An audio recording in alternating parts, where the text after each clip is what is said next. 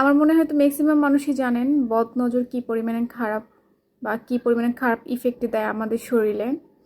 আমি যদি আমার সাথে ঘটে যাওয়া একটা কাহিনী বলি, তাহলে সেটা হলো যে বদ নজরের কারণে আমার কী কী ইফেক্ট পড়ছে বা কতটা খারাপ সিচুয়েশন দিক দিয়ে গিয়েছিলাম। সেটা হলো যে আমি অনেক দিন আগে একটা গ্রুপে পিক পোস্ট করি। তো ধরেন আজকে পিক পোস্ট করছি, কালকে আর আমি, সেটা গার্লস গ্রুপ ছিল, কালকে এটা ওইটার আমি করিনি, কিন্তু দুদিন পর থেকে আমার প্রচণ্ড পরিমাণে মাথা ব্যথা, কেমন চোখ ব্যথা করতেছিল, কোনো কিছু ভালো লাগতেছিল না, মানে এইরকম একটা অবস্থা। তো হঠাৎ করে মনে হলো যে আমার তো সব কিছু ঠিকঠাক আছে, কেন আমার এরকম লাগতেছে।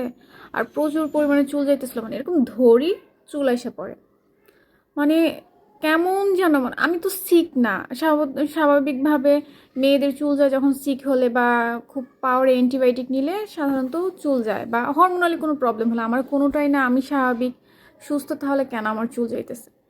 তো হুট করে মনে হলো যে আমি না একটা গ্রুপে পোস্ট করছি পিক, যখন কমেন্টগুলো দেখলাম যে অনেকে চুলের কথা বলতেছে, তারপরে স্কিন কেয়ারের কথা বলতেছি, স্কিন ভালো আপু, তুমি স্কিন কেয়ার কী করো, একটু সাজেস্ট করো, ব্রঞ্জ, মানে এরকম।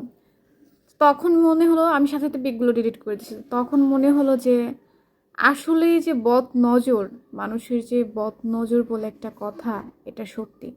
আর বদ নজর লাগার ফলে আমাদের শরীরের সবচেয়ে মেন যেই আপনি মানে সিমটমগুলো দেখবেন, সেই সিমটমগুলোর মধ্যে হলো আপনার মাথা ব্যথা করবে, কোনো কিছু ভালো লাগবে না, তারপর আপনার কোনো কিছুতে মন বসবে না, একটা উদাস উদাস লাগবে, তারপর হলো প্রচুর পরিমাণে চুল যাবে।